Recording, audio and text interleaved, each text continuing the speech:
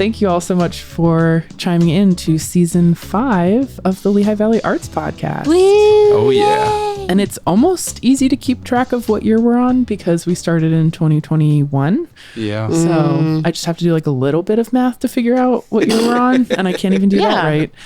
Yeah. And that's why I have an art degree. Anyways. Yeah. Well, it would have been harder if we had kept up the release schedule of our first few seasons. Yes. But since we slowed down dramatically, it's come out to like a season a year. Yes. Which I think is okay. But thank health. you all. Yes. Thank you all for sticking in there and for tuning back in. We have, as we always promise, good stuff coming up for this season and excited to share that all with you. Yeah. Yeah, we're going to try and release a little bit more frequently than we did last season, which was a bit scattered with our release schedule, but hoping to get a bit more back on track. Hey, people have busy personal lives, and sometimes it just works out that way. It really does. Breaks needed sometimes. Yes. I went back to school. Nice. Liz graduated from the master's program. Oh, yeah. Ben has a ridiculously demanding full-time job. Yeah. He works like 3 jobs, actually. So- Well, you know. We're doing our best, everyone. So thank you for sticking in there. We appreciate you. But what have you guys been up to? I have not had as much time to put into my own personal art practice as I would like to, but such is life. Doing a lot more photography things as I can, Yeah. in addition to teaching children all day long. So the children are what keep me on track with the date and time, because they'll correct me if I get it wrong when I write it on the board. It's not the 11th, it's the 10th. And I'm like, okay, guys. I need that, I think. Yeah. You need 19 children that are between the ages of 6 and 7 being like, you're wrong. I don't need that, actually. I changed my mind. Oh, man. But yeah, with all that going on as well, just trying to make it to as many arts events as we can, although it never feels like as many as I would like to get to. Yeah, I know. There's always so much good stuff going on, and I feel like there's some higher power that makes sure everything is on the same day all the time. Yeah. Yeah. And you know what? It's It's right. okay. But Yeah. It's right. Can't always make it everything, and that's true. okay. it's true. But we can always still support people. Yeah. So if you have events that you would like us to share out on our Instagram account, please feel free to DM us at Lehigh Valley Arts Podcast. One fun thing I've been working on over the last, I guess, year is I wasn't busy enough. So I started an artist meetup group with our good friend Brandon Dominguez. It's called Lehigh Valley Artist Meetup because I don't know how to creatively name anything from an podcasts amazing to name. artist meetups. So yeah, we meet once a month. We get together at different locations and just hang out and spend time together. It's intended to be very low key, kind of connect everyone that is interested in getting together, from emerging artists to more experienced artists and everyone in between. So if you're looking for a time and place to get together with other arts people, feel free to reach out. We're at LV Artist Meetup on Instagram. So Woohoo! yes.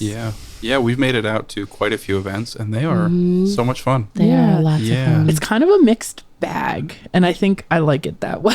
Yeah. It's a good one. We change the location every month, and actually this February we're doing our first Zoom one, which we try not to do. We try to do it in person, but we thought it's winter, the weather's been horrible, so we thought it would be Yeah. kind of fun to do something Yeah. something in person, or in person on Zoom. Yeah. Everybody can be cozy and It's a good have tea idea. at home. Yeah. And I like we'll that. get back together in March. Yeah. I really liked with the artist meetups that it balances generalized gathering with art making and educational resources. I really like how it ties all of that together. Thanks.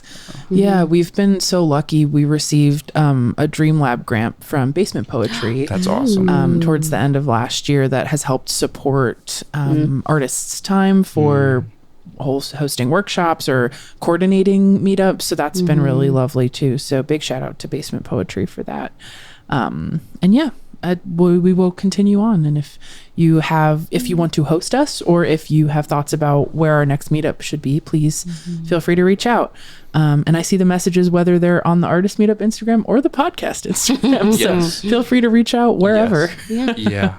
Yeah. That's awesome. Anything out and about? Anything good you guys have been attending or up to over the last few months? We had a lot of fun at the home base show, the My First Piece of the Year show. Yes. That was super fun. Yes. A lot of artists in that. It's amazing for such a small space. They fit so many artworks. Yes. Huge shout out to our friend Quentin, who at home base has just been killing it, bringing the arts community into the skate shop and vice versa. Just like really incredible stuff. And I can't wait to see more of what he has planned for them over the next year. And shout out to Quentin for having his dog at the opening too. Yes. That was fantastic. That dog is so cute. Quentin, what is your dog's name? Please leave a comment in the episode post. Thank you very much. Yeah. Also, shout out to Elise, because she also had a piece in there as well. Yeah. Yes. Well, you know what? I don't want to get us too far off base, but you made a post about that piece and that it's related to, is it a single cover or an album cover for someone? No, I posted it and said I want it to be an album cover. So if anyone wants album art of my angsty, depressy embroidery pieces, I'd be super happy to work something out with you. No, I would die if someone wanted my art as their album cover. That's what that post was about. No, it was a little, the artwork is definitely more like mental health focused. I have been putting myself through, I guess is the right phrase, EMDR therapy for the last 2 years, which is like a trauma regression therapy where you reform neural pathways in your brain and through bilateral stimulation, and you can Google it, or my therapist can tell you about it. But one of the things I've been trying to do as I kind of work through different areas of things I need to work through is I'll like try to create a new artwork as kind of like a end point for each section of things I work through. So yeah, that's kind of where that artwork came from, and just spreading the good word about therapy on our podcast that has nothing to do with that, but oh, that's great. Yeah, spreading the gospel of mental health care. I feel very privileged to be able to incorporate that into my life and then to make art about it. So good shit. Absolutely. Yeah. Well, we say this about everyone, but this is especially true, a super special interview to share with you guys, our friend Dylan Collazo, and I will pass it over to Ben for his bio. Dylan Collazo, born in Allentown, Pennsylvania, is a self-taught contemporary artist painting visual narratives that delve into the human psyche using relevant cultural and historical references and symbolism in his style of portraiture. Collazo uses his art to tie the human experience to the individual experience and vice versa, using his own complex journey as the anchor and foundation for the images, scenery, and symbolism found in the work. This interview was recorded at Inkwell in Allentown, surrounded by Dylan's current solo show on exhibition there, titled When I Faced Myself, I Drew Blood. Dylan, thank you so much for joining us. Thank you. Thank you for having me. I'm super excited. I'm also super nervous. Likewise, here we are. Because I'm like a Dylan Collazo fan girl. Thank you. I appreciate that. I think sometimes I say that you'd be like, she says that about everyone, but I know we spoke a little bit when I first got here, kind of about like getting to teach from your work and getting to like talk to others about your work, which has been such a pleasure. So I'm really excited now that I get to talk about you and kind of take that back to the work that I do. So thank you for being here. Thank you. And I appreciate you being the champion of the work. I do. I've heard through the grapevines the way you've championed the work. So I appreciate that. Well, thank you. Well, we can start off super simple. Tell me a little bit about yourself, maybe a little bit about your artistic practice. I'm Dylan Collazo. I'm an artist born in Allentown and raised throughout the Lehigh Valley. I'm a painter. I paint self-portrait and narrative-specific work, specifically focused on my journey and the people who have been around me throughout my journey. A lot of my work is focused primarily on telling stories for people who can't tell the stories or who haven't had the opportunity to tell the stories. And I use my journey as like a catalyst to connect myself to the larger human experience. Absolutely. And when you say narrative, like narrative experience or like a narrative type of artwork, tell me a little bit more about that. What does that mean for you? Absolutely. So for me, the narratives are sometimes aspirational narratives. So they may be based on my life and where I am, but they're aspirational in nature. So they actually haven't happened. They're stories I'm telling myself, or they're narrative in the fact that it may be a specific context, just kind of turned to my perspective and kind of dressed up in a way where I could kind of hide my true feelings behind. Yeah. I think sometimes people forget that artists are storytellers. Like at the root of all of the work that we do, art is meant to tell a story. And I like that you said sometimes it's not a story that's happened, but a story that could be. And I think that is such an important and incredible part of your artwork. A lot of the work that you create is kind of centered around characters or people. Is that kind of across all of the artwork that you do, or is there other work that we're not seeing that's maybe less narrative?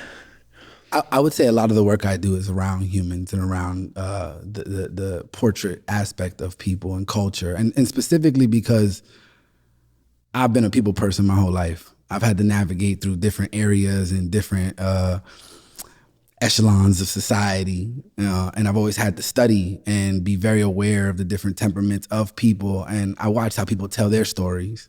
I think for a long time, part of me in my creative journey was collecting data on how people told their stories. I know a lot of creatives do this, but I watch tons of documentaries and biographies, and I even think sometimes I romanticize my life, not even to exaggerated, but more so I look at it as a grand story that's going to help somebody someday, a grand story that's going to pave a path of sorts. So when I say narrative paintings, these are stories that are weaved into my existence. They can be actually existing, or they can be something that hasn't happened yet. Absolutely. I really like that you kind of use your work to communicate. Like anyone can say that about any type of artwork, right? But like when I look at your work, I see very specifically what you want me to see, or I like to think that I do. When people look at your paintings, what are you hoping their kind of like general impression of the work that you do would be? I love that question. I think it's a very important question to be asked about the work. A lot of people ask about the eye and they miss the general premise of conversational reciprocity, right? I want my paintings to look back at you. So I want what you see out of the paintings to give you a moment of reflection. That's how I connect to people. At times in my life, people have labeled me as boastful or self-centered because that's how I relate to people. I'm very focused on my journey and my experience, but I like to use that to connect. So that's one of the things that I feel like is strongest about my work is when you look at it, yes, I put those feelings out there very in a primitive way, but at the same time they're elementary in a way where it's easy for anyone to connect to. You know, that's also why a lot of my style has a duality. Some of it looks very realistic, whereas some of it is very illustrative. I never wanted to be too pretentious for someone who's just starting, or I don't want anybody to feel like they can just do this style as well. So I love to play the middle. Duality is kind of like my thing. Yeah. Well, I think like what you create is so colorful. It's so full of like recognizable imagery, or maybe characters that I'll say characters just for the sake of conversation, but like characters, people, humans that are maybe people that we know or people that we recognize. And I was just talking, my boss was talking about this educator who says there are 4 people that have a relationship with a work of art: the artist, the viewer, the purchaser, like the person who purchases the artwork, and God, now I forget the 4th, but truthfully I only care about the first 3 anyways, because I think like it's so powerful to create art in a way that is for you, but then still have that kind of like thing in the back of your head that's like, I want whoever is looking at this to understand something, whatever it may be. And I think there's so much of a barrier around like people and art. There's this expectation that like you have to be so educated or you have to know so much about the artist or the technique or the style, when in reality, like, art is created by everyone for millions of years, et cetera, et cetera. And like having something that someone can look at and say, I get it, is so powerful. And I really see that in your work. Thank you. And I think that's also emblematic of being part of the Lehigh Valley. Our art scene is very homegrown in nature.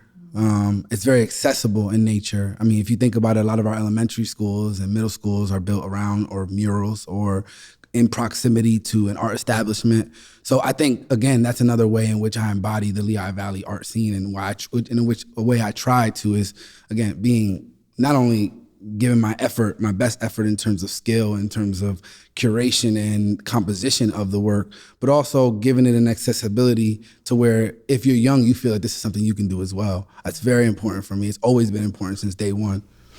Absolutely. And you have kids of your own? Yes.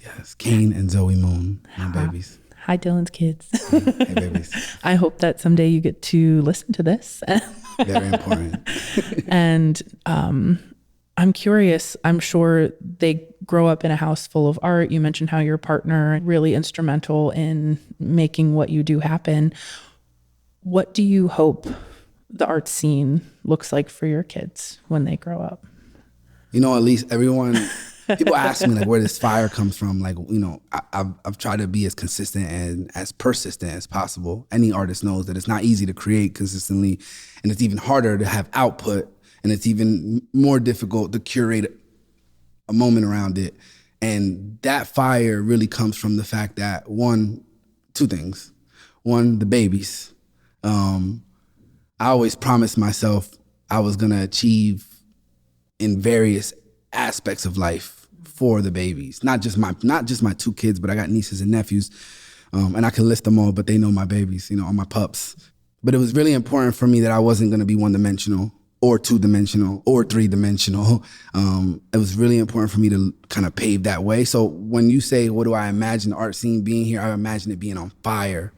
And you know, I'm just hoping that I'm laying out gasoline right now. You know, there's a lot of artists, and that's really been my effort.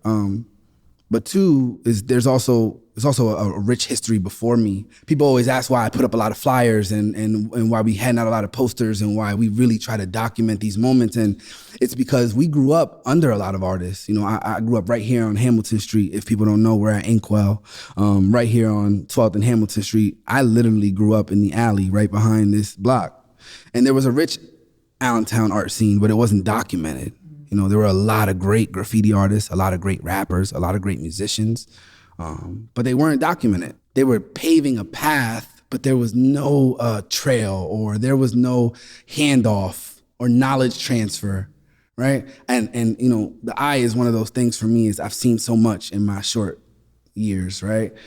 I saw that. You know, I got to see guys like, you know, if you know Say One, he was a great graffiti artist on Hamilton Street, or the Underground Set, partner of Ice, who his son wrote the foreword. My best friend, Sebastian Harris, his son wrote the foreword for this show. These are underground art legends from the Lehigh Valley who were never, ever spoken of. So my fire comes from two places. One, from thinking about the babies, and two, in thinking about the elders and the ancestors and the forefathers of this thing. So again, I'm putting out gasoline.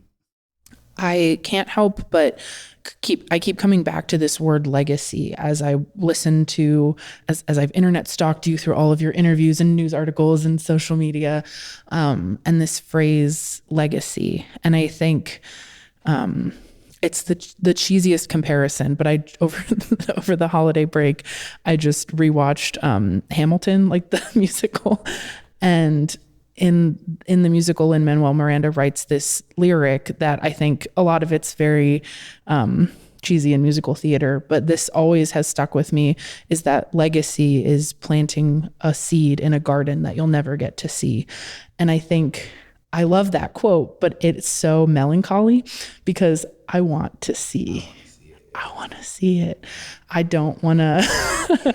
I want to see what happens out of all of the things that people in my community are doing. So I want to just applaud you and lift you up and hope that you know that you are part of that. And I appreciate that so much. I think your kids will benefit from that. My future family or kids or friends' kids will benefit from that. So that's such important work. So thank you for that. And likewise with the work you guys are doing. Likewise. Well, I'm so glad you're here, and we have so much to talk about, but I want to kind of dive into the Lehigh Valley a little bit. And I'm curious, like, a lot of the work that we do with this podcast is like, we love the Lehigh Valley. We grew up in the Lehigh Valley. We want to tell the story of people living in the Lehigh Valley, so that there is that handoff, there is that like informational knowledge and sustainability. So tell me a little bit about you growing up in the Lehigh Valley and what that looked like. We grew up in a really eclectic environment. You know, there was athletes and musicians and aspiring artists. There were all different types of folks in the environment that we grew up in. But what I was always reared was to be a leader. You know, the way I was reared was to be a leader. I was kind of programmed since I was really young, was in any environment you're in, is figure out who's who, what's what, and why is why. And then you position yourself appropriately. And so in every environment. And so I always tell everybody I grew up on every number block in the city of Allentown. Mm-hmm. People always say, what neighborhood are you from? So if I think about the times of Christmas and family and play, I was right here in this alley. But if I think about where I lived, I can give you 25 addresses if you really want to know. I can give you 11 elementary schools if you really want to know. So I moved around a lot and I had a very diverse background. So I was friends with everyone. You know, my wife always says she fell in love with me because of the fact that I was friends with everybody from the top to the bottom, you know, and that's just the type of person that I am. So I had a really diverse background, but I was always very focused on whatever mission I had in my mind at that time. And I had a lot of different missions and I had a lot of different people in which I would try to coordinate those missions so that way we could accomplish whatever it is we were trying to accomplish. And so I grew up really fast and I grew up really driven, right? But at the same time, there were all these obstacles. So it's like, what am I gonna do with myself in the long run? And being a part of Allentown, and I also lived in Bethlehem for a period on the south side of Bethlehem, I was exposed, again, to diverse backgrounds. So although I might have been in an environment that was more rough and tough, I had friends who had access to academic means and who were going to private schools. And so they would help me with my applications, et cetera. And long story short, I ended up going to Kutztown and then Cedar Crest and graduating. And now I'm here, I'm alive. So, you know, I'll say this, I had a very textured experience. And what, throughout that kind of layered and textured experience, what is it that sparked your love, your connection to art? I say like connection because maybe sometimes it's not positive at first, but I get that. I'll be honest. There's like a tortured artist narrative, and I'm not that. I'll be honest. Never been tortured in my life, thankfully. But that was a joke for anybody out there. But you know, we grew up around art, like I said. So you know, even though I might have uncles who were in the all type of shenanigans, they were artists in some type of way. So they might have been in the studio at night making music, and then, you know, I had artists that would draw. But I think one of the earliest connections and what I always like to always kind of bring myself back to was when I was in the 5th grade, I had a stepfather who was incarcerated. And when he came home, one of the ways we bonded while he was in prison was he would draw these characters from all over, Superman, Batman. And he would draw them for me, and he would tell me kind of in an effort to keep me out of being outside, he would say, like, stay home and draw these and send them back.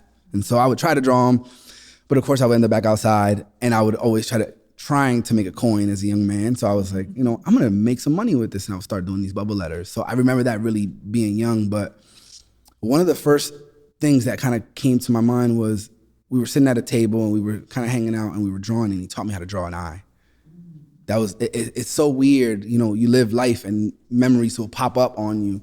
And people always ask me, where does the eye come from? And if you meet my friends or anybody who knew me in high school, I've been drawing the eye on paper since I was a kid.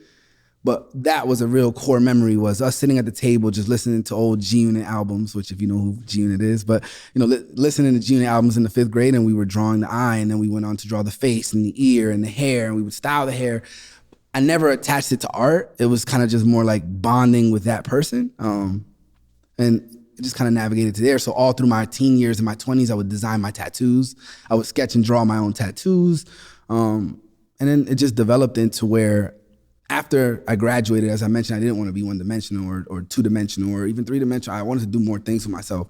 And so I didn't think that the career path I was on was really for me. At the time, I was selling cars. So as a way to kind of reduce my anxiety and my stress at the time and really just kind of figuring out what I wanted to do myself, my wife brought these paint boxes home, and we would have these wine nights where we would create these playlists on Spotify and we would just paint. And I realized that I was trying to say something, but it wasn't looking right. I was a bit embarrassed. And this was maybe 9 years ago. But I just kept working at it, and I kept working at it, and these canvases started to tell me things that were bothering me. And I felt that was so fascinating to me. Because I think had I grown up in a different circumstance, I probably would have been a neuroscientist. Like, I really love the brain and I love the way kind of why and things work. Yeah. No, that's exactly what I was looking for. And I think let's like zero in on the eye, because I'm sure people looking at your work are curious about this eye. And Ben even like referred to it in the notes he took as like the Collazo eye. Which, as we look at this eye, for those listening, like what words would you kind of use to describe it? All of the eyes in all of these people and characters, they're large. They're maybe like a little bit over exaggerated in comparison to the rest of the face. But how might you describe this Collazo eye that we talk about? I would say they're enlarged, obviously, from a physical context, but they're also poised. They're eyes that are meant to be neutral. Not judging the moment is something that I live by. It's good and bad. So if something good happens, I may be excited for a moment, but then my mind starts thinking, and I try to bring myself back to neutrality. So I would say neutral, poised, enlarged eye, but a lot of depth. I try to make sure at the eye, you feel something when you look at the eye, when you stare at the eye. And what I also say is they're slanted and they're enlarged, but some of them, if you stare at them long enough, will give you different emotions, for sure. So yeah, absolutely. This like kind of slanted, enlarged, I like to use the word neutral eye. It has a pretty white background, but the iris in a lot of them is some variation of brown. Even the piece I'm looking at now has animals in it, and some of the animals even have these eyes. The eyelid is kind of droopy. Some of them are slanted. Some of the eyes, the left eye is bigger than the right eye or vice versa. But it's very distinct. Like if for those listening, I would encourage you, if you have an opportunity to check out Dylan's Instagram and look at them, you'll definitely know what I'm talking about. But if you're just listening based on description, I'd say it is a very poignant part of each of your pieces. Yes, I'd agree. What does this symbolize for you? I think one of the most important meanings, and this isn't how it started, and this is the truth, but it's something that I think I've attached it to, is I grew up raised by my grandmother and my grandfather. And my great-grandmother was our first lineage from Puerto Rico into America. That's my grandmother's mother and my mother's grandmother. I got you. Right. So I joke with the family, whenever someone's trying to tell me a fib or hide something from me, I tell them I'm the all-seeing eye. I've always said this is forever. I see everything. I got eyes in the back of my head. But I've seen all the generations. I've seen my great-grandmother, my grandmother, my mother, our generation with my sister, my sister's daughters. And one day I'll see her kids. And I'm the only source of truth, 100%. I'm the one that knows what my grandmother's kitchen smelled like. I know what my great-grandmother's cooking tastes like, and I'm probably gonna know what my nieces and grandnieces' food is gonna taste like as well. And I think that that's the most important part, but it's also very representative of who I am as a person and where I'm from. Where I'm from, and I'm not talking about a geographic location, I'm talking about the people that brought me up and the environment that I came from. eye contact is vital. Eye contact is it's like a handshake, you know? It's almost as important as saying good morning. So I always wanted my work to represent me well whenever it wasn't around me. With that like idea of eye contact, and we talked a little bit about like this relationship between the painting and the viewer, some of these eyes look right at you. Some of them veer to the side, some of them kind of like roll away, but some are so focused right on whoever's looking at this piece. Do you kind of like decide that as you go? Is that something that is very intentional to the story? How does that play into your work? Where the eyes land is just how they land. I never plan where the eyes are going to land. That's the truth. I just paint the painting. I come up with the composition. I come up with the idea. Now, a lot of them look directly at the viewer, and that's just because that is very intentional. But if they land somewhere else, it's just by way of the painting and the composition, really. That's so interesting, because as someone who has had the opportunity to curate your own work and curate your own show, there is such a dialogue between the pieces that exist in the space that we're in and with other works that it may be, your work may be like hung next to or represented with.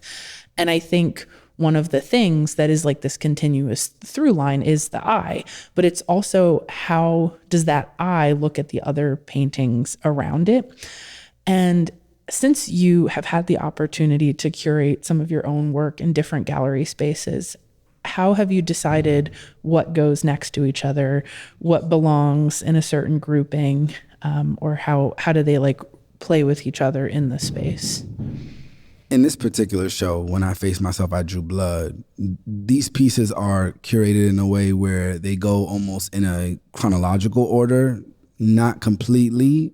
Again, since some of these are narrative portraits, they go in and out of a dream state-like kind of context, but they go around from the beginning. So in the beginning, the first painting is called Pop Taught Us to Fish, and it's a painting that I actually just drew and put together this year after hanging out with my grandfather, who raised me for just 2 or 3 hours. It took me back to feeling like I was a kid again, and it brought back all of these different emotions. So that painting was about him and kind of how I was raised, and that goes into the next painting, Breakfast at Al's with my grandparents.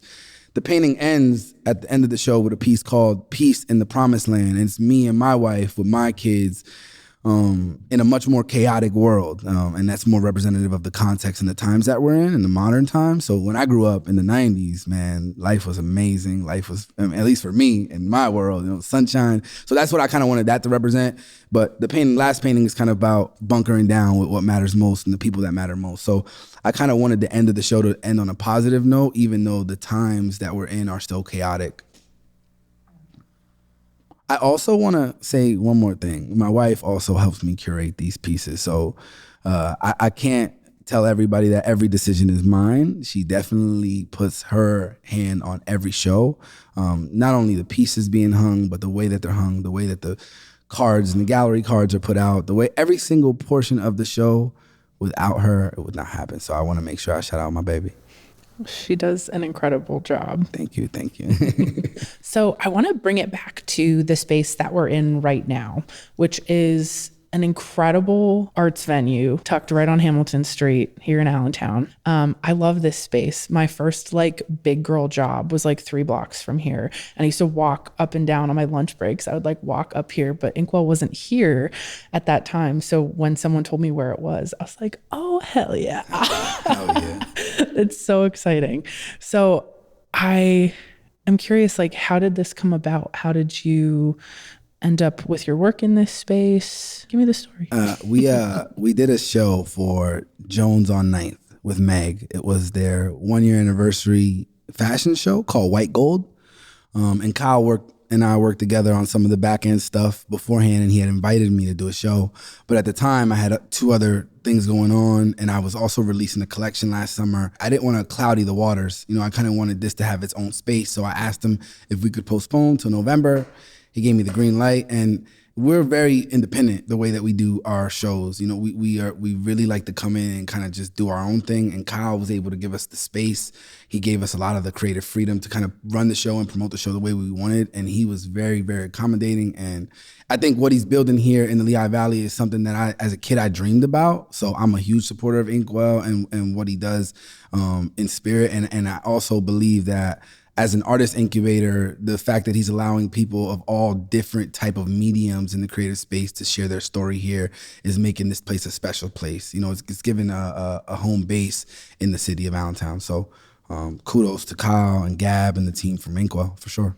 Absolutely. And Kyle, thank you so much for letting us into your space to record for the evening. It is a pleasure to be able to record amongst your work while we talk about it. And for those of you that haven't been here, this is an incredible black box space. It has so much potential for so many different types of artistic mediums. So definitely come check it out on your own time. But this show that you have here now, I tend to call stuff exhibits because of my museum brain. But so if I say exhibit, it's interchangeable. Okay, I say exhibit a lot because I try to manifest. I'm working. It's interchangeable with show, and with that, we shall manifest as we speak about it. The title, When I Faced Myself, I Drew Blood. Tell me about the title. I wanted the title of this show to be something that I knew was going to be poetic and potent. I also wanted it to be something that had to do with the concept of self-portraiture. So I think outside of myself as an artist, I'm also a champion of portrait work. I just believe in it and champion it. I think in the early 2000s and early 2010s, we went through kind of a Basquiat phase where every artist was trying to do their own version of Basquiat. And I think now we're in an era where a lot of people are going in and deeper. I think that happened after the pandemic. Thankfully, I was doing it before the pandemic. But, you know, I just want to call it out that I just believe self-portraiture is important for documentation and reflection. And so I wanted the show's name to be something that spoke to that. But I also wanted the flyer and the merch idea. So as soon as Kyle asked me about a show, believe it or not, any gallery in the Valley, I usually have something in my mind about what I would put in the space whenever I go to the show. So I had already knew this was my neighborhood from when I grew up. And anyone who knows I've been looking for a space for 2 or 3 years within this exact neighborhood to do a show. So similarly to how we discussed about the podcast, I really had been waiting to be invited to do a show, and I was kind of locked and loaded, but I didn't really know the whole idea. So when he asked me, I immediately went home and I had to name that night. I was like, I know what I want it to be because I had thought about the painting in the corner. It's called Nights at the Villa. And it's a painting of a half man, half wolf, and they're going through some type of conflict on a villa balcony. And it's a really serene scene, but there's a lot of conflict in that specific aspect of the painting. I wanted the flyer and the poster to be reminiscent of that. And I felt like the moment that I came up with the name, the idea for the poster came right there. And, you know, I also have little Easter eggs where, if you know me personally, that are hidden within the name, just different things that I put in there for people or to represent people. So the name was very powerful. And once I had the name, I kind of had the whole show in my mind. And when you talk about creating a body of work, is this work that you had created and then grouped together, or is it work that you themed for an exhibit and then created? That's another great question. So this work that you see here, this is work that I started creating before a lot of the collections that I released publicly. So my first collection that I released in 2022, it was right after my son Kane was born, and it was Hispanic heritage. And it was my way of, like I said, I wanted to make my art connect with larger groups. It was my way of kind of finding recognizable figures from pop culture and history and putting them in the forefront of my work. And so that work was created in 28 days, 10 paintings, 28 days, and all curated together. The second collection, 18 paintings. It was called Cinematic Excellence, and they were all hood classic films that were meant to give you an idea of, if I have Hispanic heritage, well, this is the environment that I grew up in. And the third collection was Born Mafioso, and it was kind of like, well, if this is the environment that I grew up in, these are the guys who taught me how to grow up in it, right? My last collection, Live Now, Die Later, was to speak towards the urgency of life. Growing up in an environment like I did, there was a lot of urgency in everything and every day. And life and death, I wanted to kind of emphasize the urgency and the polarity between those two things. And so I took 7 figures from history to kind of tell that story. But all the work that you see in this show, When I Faced Myself, I Drew Blood, is work that predated those collections. And these were the work that I was creating that I was passionate about, but I was too afraid for people to see. And not afraid because I was worried they would judge it. I was afraid it wouldn't make the impact that I wanted it to make. So I put a lot of this work on the back burner. If you see this painting here, Split Decisions, was painted in 2017. But you'll see some of these paintings I may have changed or reworked just because, you know, I like to liken it, and I likened it in a conversation with my wife of when you're a kid, you might know the words to a song, but you don't know what those words mean. And I think when you live and you get a little bit of life's residue on you, you really understand what you're saying. And I feel like when I started some of these paintings, I knew the words and I knew the melody, but I didn't know what the purpose was until now. And so this show really helped me just kind of tidy down on some old paintings that I haven't finished. And that's where you see the collection of these pieces.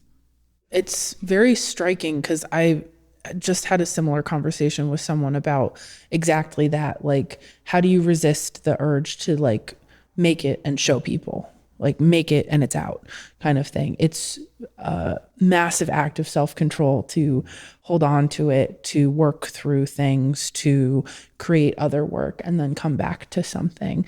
And some artists, like, they're purists. They're like, I made it, I'm not touching it, done. But I was curious about that as I looked around because I was noticing like some stylistic differences or just kind of some like compositional differences.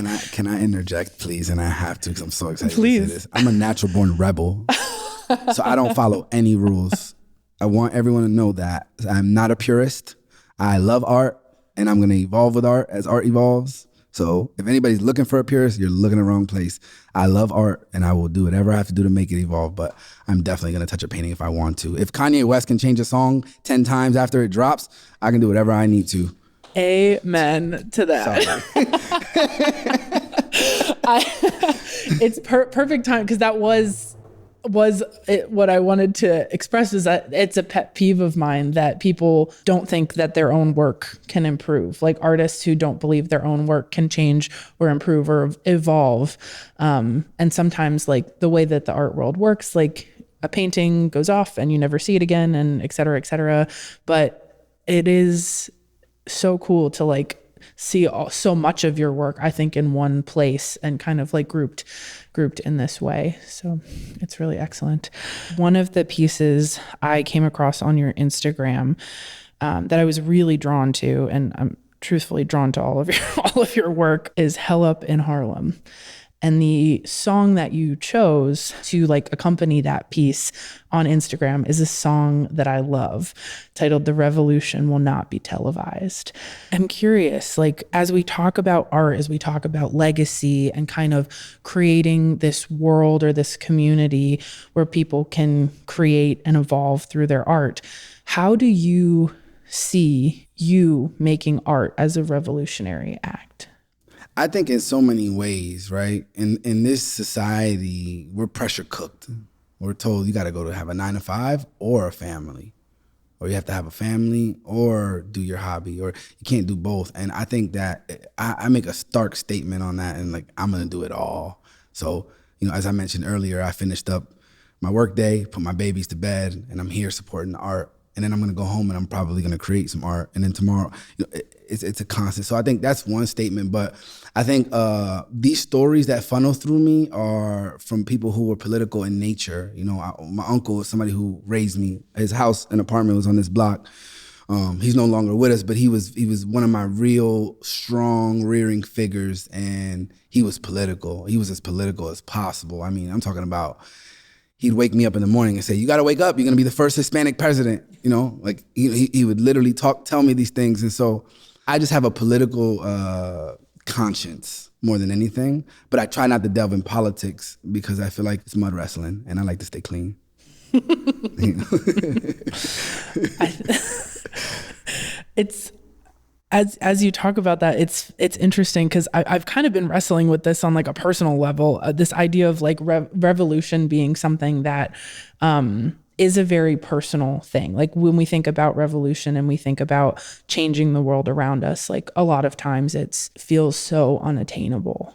It feels bigger than us. And how can we be more than what we are? How can we be doing more than what we are? How can we be a father, an artist, a 9-to-5er, a podcaster, an artist, a educator? Like how can it be more? Like how can you possibly do more? And I think the very act of accomplishing all of those things and keeping your head above water when there's people out there that are working against that is so powerful. I also like to say in this community, there are people like Andy Poe and from Home Base and Brandon Avery from the Social Tour. And I mean, I could just keep going on naming different organizations. Yourself, LV Artist Meetup, Brandon Wonder at the Alternative Gallery. I mean, there are people who put their blood, sweat, and tears behind some of this. And I think even if you feel, I mean, me as a person, I would love to get more into the community. I would love to do more for the community. But I think even if you can align with some of those figures and find a way to support those gentlemen who are putting the real blood, sweat, and tears into the community. I mean, not only now, not in the last 5 years, but Home Base has been here 20 years. Social Tour, I want to say, has been here over 5 years, which is something to marvel at. So definitely, I think that the Lehigh Valley as a whole, we're growing and we're connecting. Community is something that is a byproduct of that. But I think if you in your bubble, in your creative world, can't activate in the community in that nature, then find a way to attach or support those different organizations. Absolutely.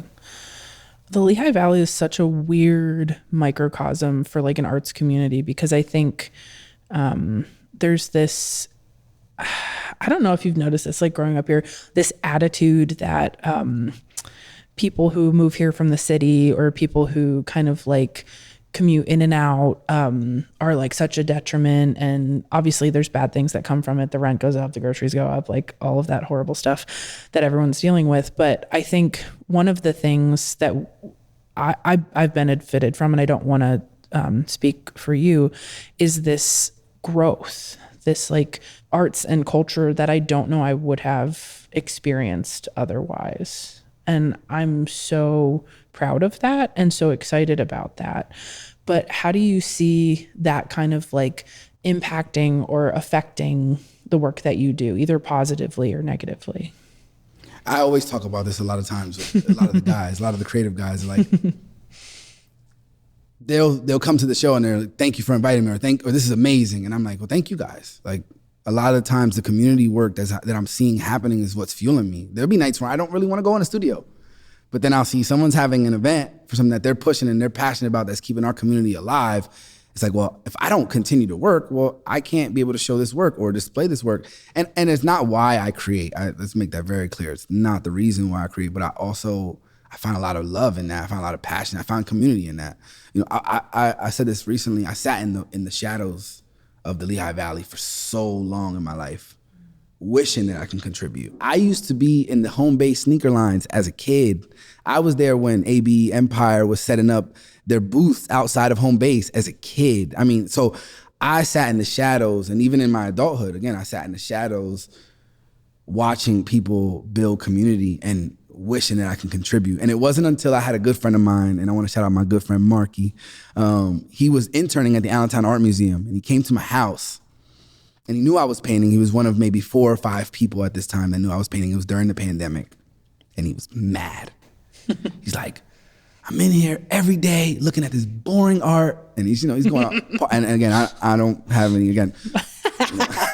No one will fault you right? So he's going crazy about the art. And he said something that he knew how to trigger me. And this is what the people who love you and who know you and care about you know. He said, you love Allentown so much. You're such a big leader. You're such a big, tough guy. And you're so creative, but you're afraid to show your art. He's like, they need somebody. He goes, I'm with these kids. They need somebody. They need somebody from Allentown to tell an Allentown story. This is 2020. Again, it took me 2 years to really hear that message, but I heard it, and so, yeah. It's incredible to have people around you that see you that way, like enough to push your buttons and motivate you. 'Cause look what we have because of that. Look what we have because of your friend who pushed you. So thank you for that. today I was listening to your interview with Brandon Avery from the Social Tour, one of the two that is out there in the world. And there was something that made me laugh out loud, because I always hear people say it, is that you didn't say this, but people say art is a horrible investment. Oh yeah, crazy. And when I hear that, it's a very specific breed type of people who say this. You know, if you're listening, I'm sure you know who we're talking about. But Amen. but you, the way you phrased it, like, made me laugh, because I think investing in art is so community driven. Taking it upon yourself to say, I want to buy local art, or I want to, like you were just talking about, like, get out there and support people doing stuff in the community that's arts and cultural related. But sometimes it feels so unattainable, either financially or socially, for young people that might be listening to this, for young artists, for emerging artists, for people maybe even younger than that. What does investing in art look like for you? Or what path does that, like, push you along? I think this is another great question. And I hate to say that every question is great, but it's a great question. I think that if you're young right now and you're trying to invest in yourself from an artistic perspective, and it's not, the resources aren't there, you need to find access. Access to institutions, access to other artists, access to events. And the best thing is most of these things are free. Most of these things are actually in your community. I'll tell you, I wish that when I was 18, and not that there's anything against academia, I think I did well for myself through academia, and I'm grateful for that experience, but I think I would have definitely loved to have known this about myself, and I would have loved to see what I could have done in terms of access. You know, joining organizations, joining clubs, volunteering, going to shows. It's not all about the resources and material. And I also think doing your research. If you're creating something, at least know what's being created out there that's like it, and know kind of where your span and your range is, and then try to figure out where you want to go from there.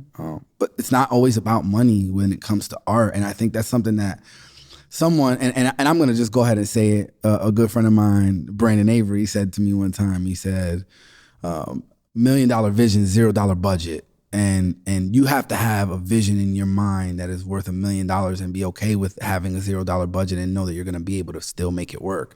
And that sounds almost unattainable, but when you're invested in your craft and your art, it's all around you. The inspiration is all around you. The information is all around you. So try to focus on access. Yes. It's funny, like, sometimes people will ask, or like, I work with college students a lot and high school students, and sometimes people say, like, my parents don't want me to major in art or pursue art. And I think the answer I always give, and it makes me think of earlier before we started recording, you were saying, like, I come from hustlers, and like, that phrase it's funny because my answer to them is usually like, you just have to be willing to push a little bit harder than everyone else. You have to. I didn't want to say that.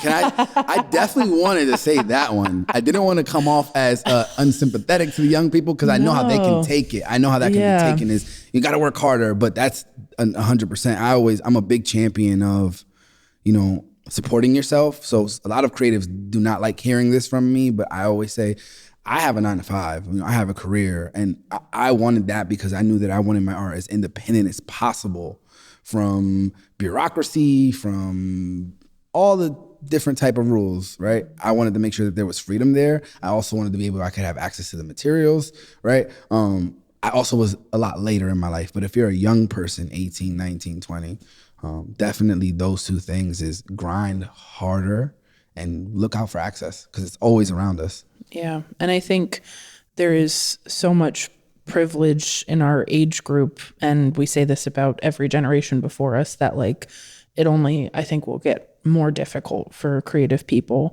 which is unfortunate, but I think it is the way of the world sometimes. And looking to people behind you, above you, beyond you, however you want to look at it, as a support system for that, I think, like, we as people in our late 20s, 30s, 40s, 50s, like need to be there to support young artists, like where they're looking for it.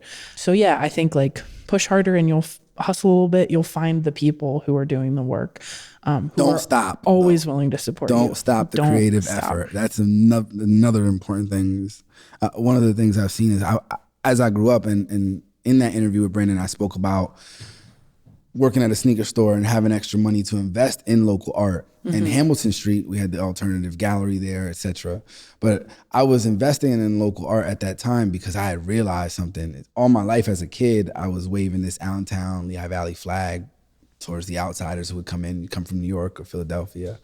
But we didn't have our own culture. So anytime I saw somebody building their own culture, I was excited about it. You know? When you say building your own culture, do you tell me more about that? Like, what do you mean? I think more of the Lehigh Valley, Allentown culture is, again, I think now there are artists that you can name that are distinctly from the Lehigh Valley and Allentown. I don't think that was the case 10, 15, 20 years ago. Of course, by way of the internet and of course, by way of social media, of course, those are things but I'm just stating the obvious. 20 years ago, that wasn't the case. You couldn't tell me in 2000 or 1999 artist community from Allentown. You might have been able to tell me one artist or two artists, but an artist community, I don't know about them. Yeah. Well, and I think even if it existed, like it's enough to say that someone like yourself who's super involved, like if it's not coming up to the top of your head, like, and I say that with all respect and love. Absolutely. By the way. Yeah.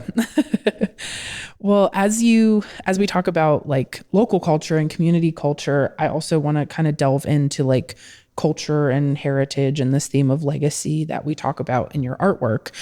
And I think with this initial body of work that you were talking about, that you created with your son in mind, and about like Latin heritage, about Puerto Rican heritage, about cultural heritage and connection to family.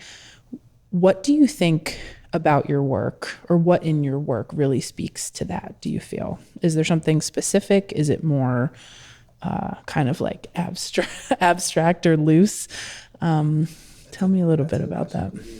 Culturally, my work is very colorful, and I think there has a hip hop and urban edge to it. And I think that's by way of the strain of Puerto Rican that I am. And I say that with, again, I'm joking if you're Puerto Rican and you're listening out there. I'm not from the island. I also was not born there. I am from Allentown, Pennsylvania, by way of Jersey City. And if you're aware of where Jersey City is geographically, it's across the water from Manhattan, which was the cultural hub of the world in the 80s and the 90s. And so my people come here off of a specific strain of Puerto Rican heritage. So, my grandparents, born in Puerto Rico, spoke the language. My parents, born here in New York and New Jersey, respectively, and then you have me, which is in Allentown. And I think my work it has a folk aspect to it as well. So I think those three aspects, very colorful, very urban, and a folk aspect. And I think that really encompasses, not only the Puerto Rican aspect of me, the East Coast specific, but there's this. I call us the babies of the New York City 80s, right? And this is the truth and this is if you look at it, right, is that energy and that art energy that was there in the 80s, it didn't die. It doesn't die. It just moved around. And a lot of those folks, if in the early 2000s, were moving in studios here in Easton, and right? And that energy and that residue spiritually is still here in the area. So I think my art just has a lot of that real rich energy behind it, that powerful, colorful, hip hop, urban, but still folk, still can, blend the lines and tell the story like I'm Bob Dylan, So I think that's what my work does. I like that you use this word folk because I can't turn off the art history brain, I'm sorry. Like in the canon of art history, we talk about folk artists, self-taught artists. Sometimes we say outsider, or like this is kind of the terminology. And I hate it, but I love it. Like this is my favorite genre of work is outsider, folk, self-taught artwork, but it creates this very like separatist view of artwork and the validity of said artwork and blah, blah, blah, blah, blah. If you've listened to this podcast for years, I don't ever shut up about this. So I've seen you use the word self-taught. I've heard you use that phrase. Is that intentional, or like, why do you want people to know that about your work? I think based on prerequisites, if you know me as a person, right? Like if you never saw any of this art stuff and there was no Instagram and you walk into me in a coffee shop, I'd be the last person that you think would be an artist. That's just my take.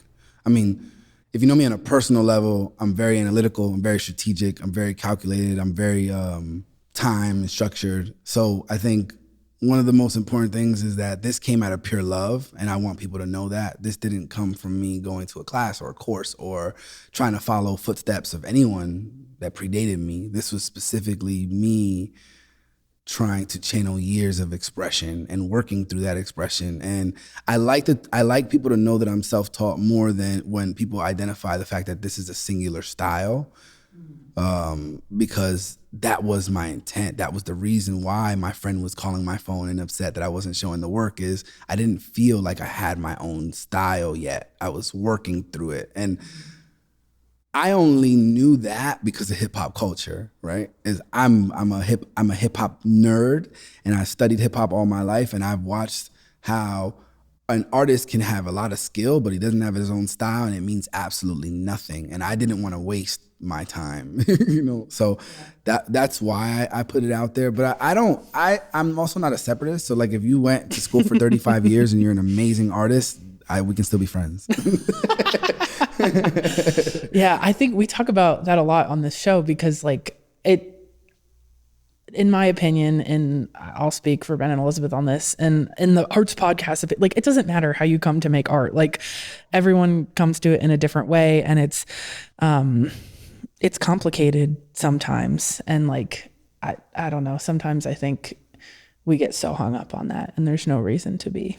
I agree. I think if you're going to a restaurant, you're eating a fabulous meal, you're not thinking about how the chef made it or where they went to school. You're just eating that meal. So while we're in the space, while we're here with your artwork, I'd love to zero in on one, just for those who are listening. Maybe if there's someone who can't get here to see, is there a specific piece I'll let you pick that you'd like to focus on? Oh, okay. I'll let you pick, so it's not. Seen you use the word self. Okay. Seen you use the word self. Okay. Do you want to do this one? Yeah, let's do it. Okay. All right. So what is the title of this work? This piece is called Empires and Lineage. Empires and Lineage. So this is a big piece. It's a square. I'm going to say like 3 feet by 3 feet. 4 feet by 4 feet. 4 feet by 4 feet. So when you're standing in front of it, it's pretty all encompassing. Like, you're looking, maybe the center of it's like about at eye level, but you're definitely like looking up and looking at it out of your periphery. So very encompassing. And in the lower third of this artwork, there are 2 men. One is wearing a gray suit and a red tie and has very Afro-esque hair. His mouth is open, and he's holding like a white tube in his hand. The other man has dark, short-cut hair, a beard, a mustache, and has like a cigarette or a joint in his mouth, but his lips are closed. Blue sweatshirt, black t-shirt, so dressed much more casually than the man next to him. They're standing on a checkerboard floor, black and white, kind of like in a diner. And behind them, there are big artworks.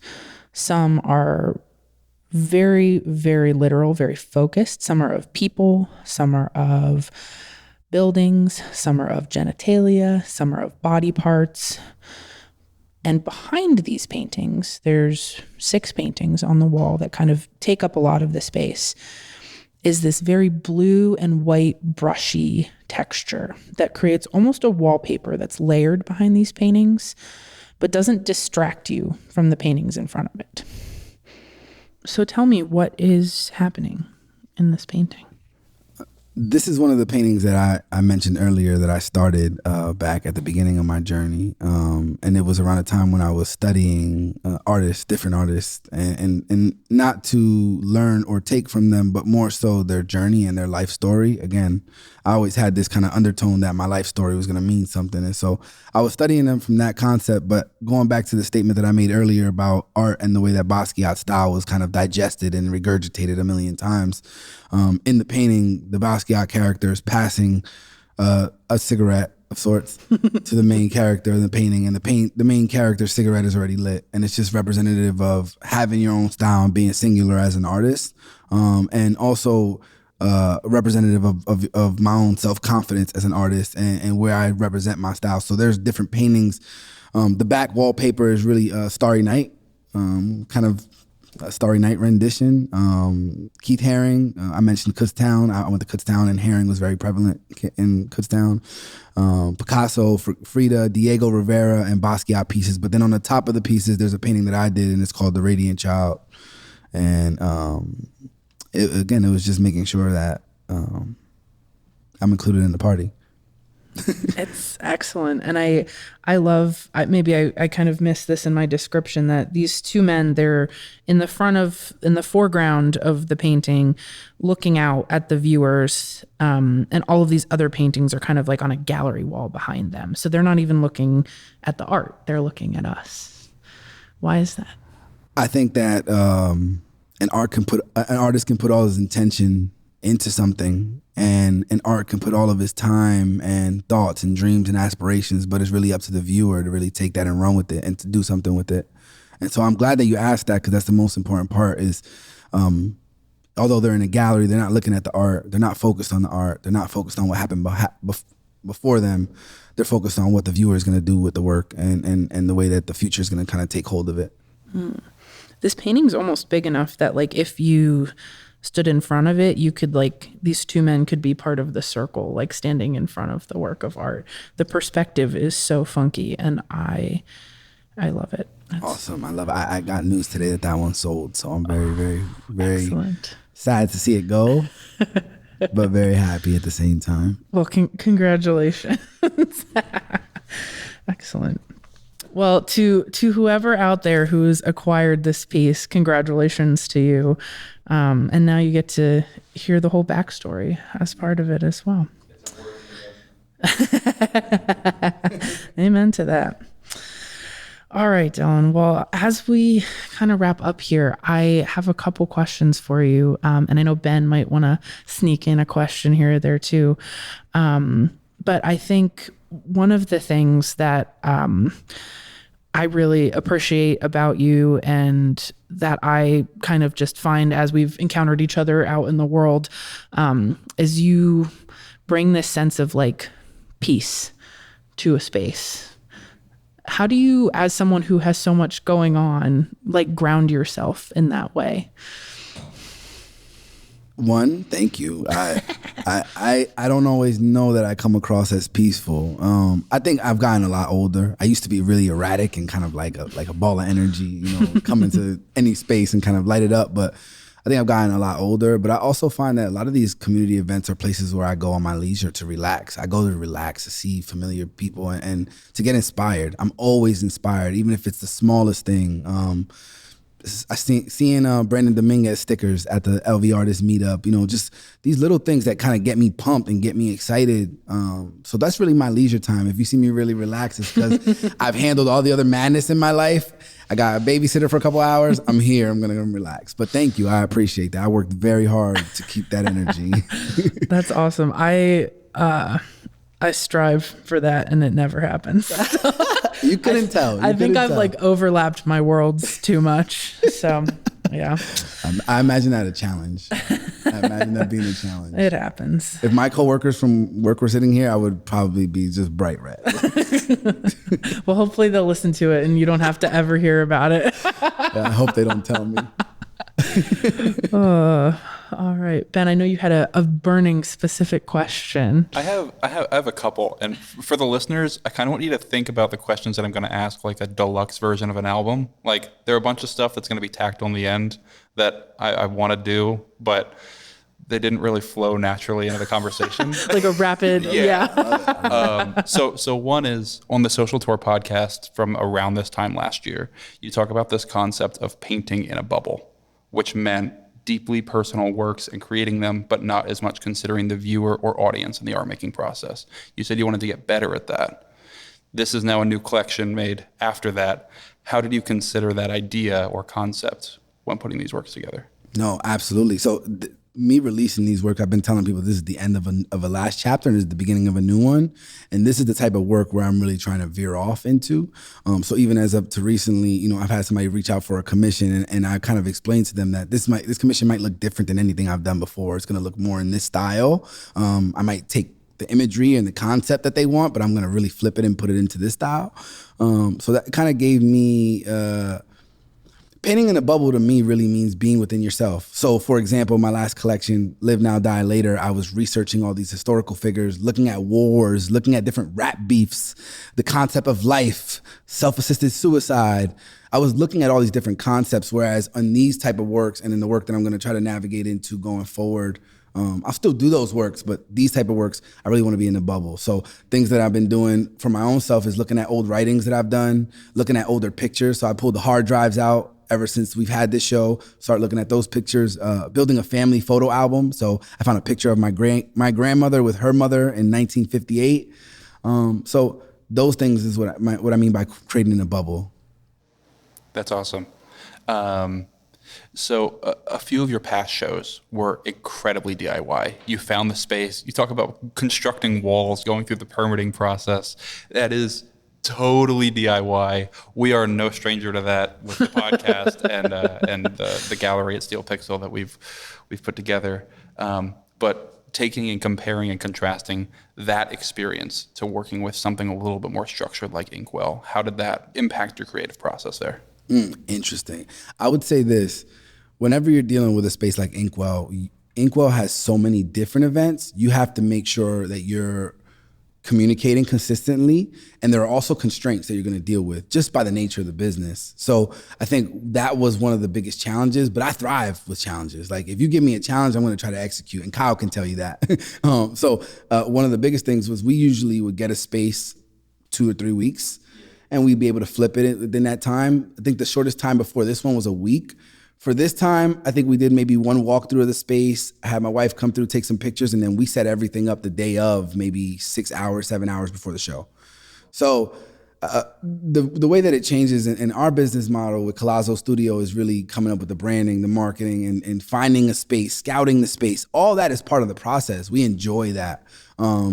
Fortunately, with a lot of these other shows, like Home Base, shout out to Andy and Quentin for inviting us to Home Base to do the For Life show. For that show, that was completely DIY. That was they gave us the space and we put the wall up. But I like that spirit. I feel like it gives a lot of liberty to the artist to create the moment that they want to for the work. And not that I feel like the gallery system is changing or antiquated. I wouldn't use that word. I have far too much respect for what the gallery system has built. But I do think that the future of artists, and I think that the artists who will be considered singular or standout are going to be the ones who can curate the experience around their work and give it directly to the consumer. And that's something that I was really excited about. You know, just everything that we do is DIY. Yeah. I love to see that you're a big fan of the GT3 Jazz Trio and that they have done, am I correct in saying that they have played at every one of your openings?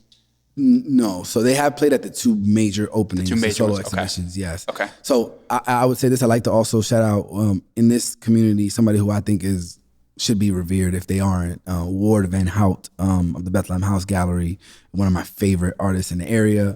Somebody who, before I was an artist, I was attending his shows.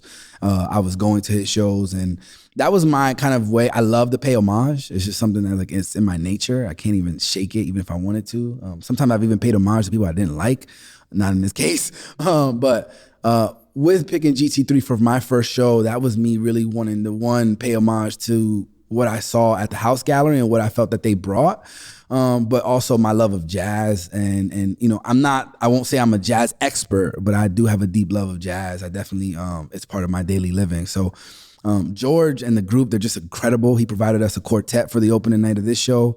And they're just real they're consummate professionals. They come in, they get the job done, and they leave without a problem, and everyone loves them. Yeah. Kind of building on that, you seem to enjoy building these kind of extrasensory experiences into your work, right? Also seen with the playlist that you put together for the Cinematic Excellence exhibit.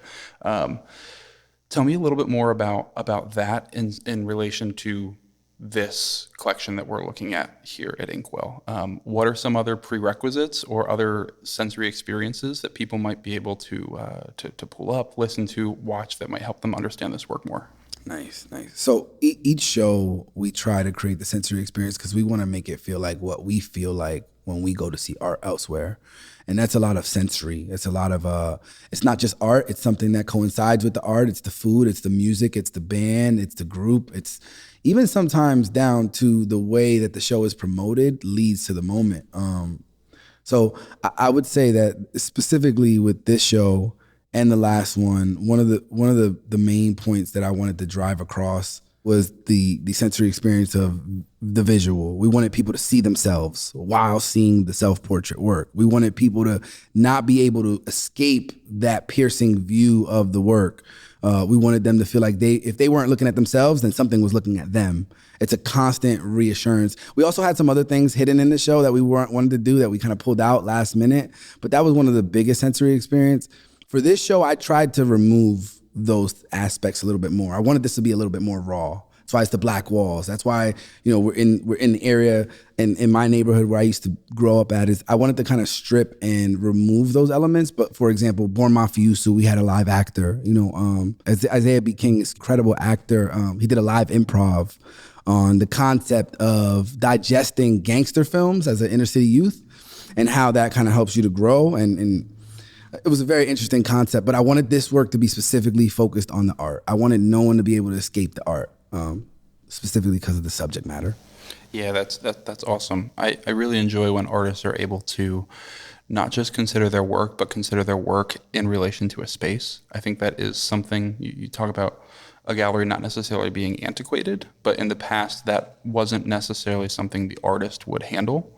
But the more we move into the future, and especially here in the Valley, it's something that the artists are becoming more and more involved with. So it's really cool to see you involved with it. Yeah, and I think that's part of our culture. Absolutely. I think that's a staple within our culture is this Absolutely. DIY mentality. It's powerful stuff. Yeah, totally. And the last one that I have, fun, kind of off the wall, but you've talked about growing up, flipping shoes, working at Villa, or what was formerly Villa, and you reference a number of movies in your Cinematic Excellence exhibition that have truly iconic sneakers in them.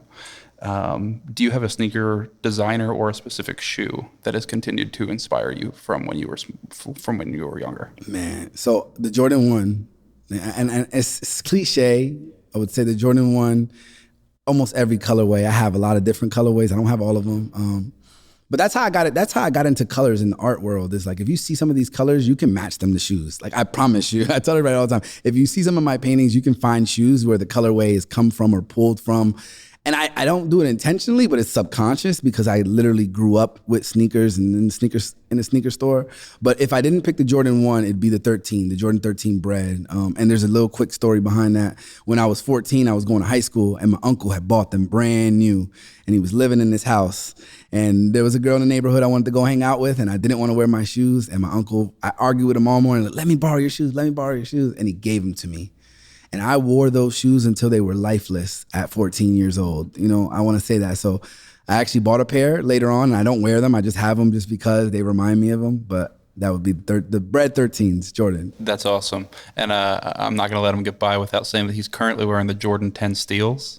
I want to say these are from 2013 or 14. I'm not sure. Yeah, I remember when those came out. Yeah, absolutely. I was in line for them.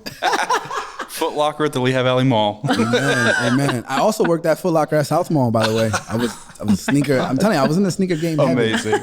Well, I kind of in relation to that, and you talk about building referencing the colorways of these shoes.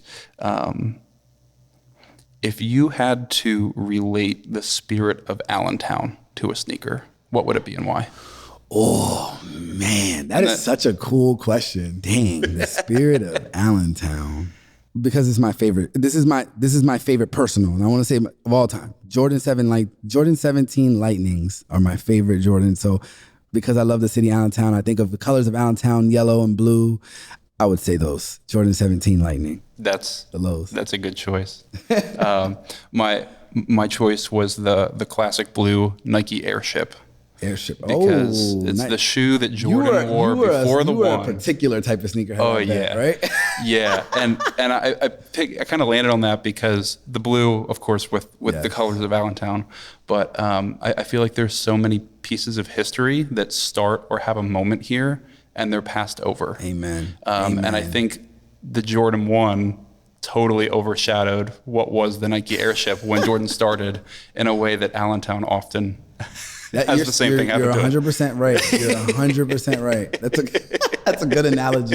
That tells me a lot about how your brain works. You know that? Definitely. Well, those are kind of my rapid fire deep research questions that I wanted to ask you. So thanks for appeasing me. Of course, I loved it. Any other questions? So just if people are listening, they want to see your work, they want to know more about your work, where can they find you? Yes, you can find me at thecollazo.com. That's TheCollazo.com, or Instagram at _Collazo, COLLAZO. Awesome. And anything you'd like to close it out with? Lehigh Valley to the world. All right. Well, Dylan, thank you so much. I appreciate it. Thank you, guys. I appreciate it. Dylan, thank you so much for coming on the show. If you want to keep up with Dylan, you can follow him on Instagram at the.collazo. And if you want to see his work, it's currently hanging at Jones on 9th in Allentown, at Luag Art Galleries here in Bethlehem, at Sneakerbox LV in Easton, and at Inkwell and Allentown. Typically at this point in the episode, we would share a upcoming event here in the Lehigh Valley, but we really couldn't choose just one. There are so many great events going on right now in the Lehigh Valley. So in lieu of that, keep an eye on our Instagram story, where we're going to be posting information and details regarding a bunch of different upcoming arts events. If you have a cool event that's coming up in the art space, or you know about a cool event that's going on in the art space that you think our audience would enjoy, send us a DM. We'd love to hear about it.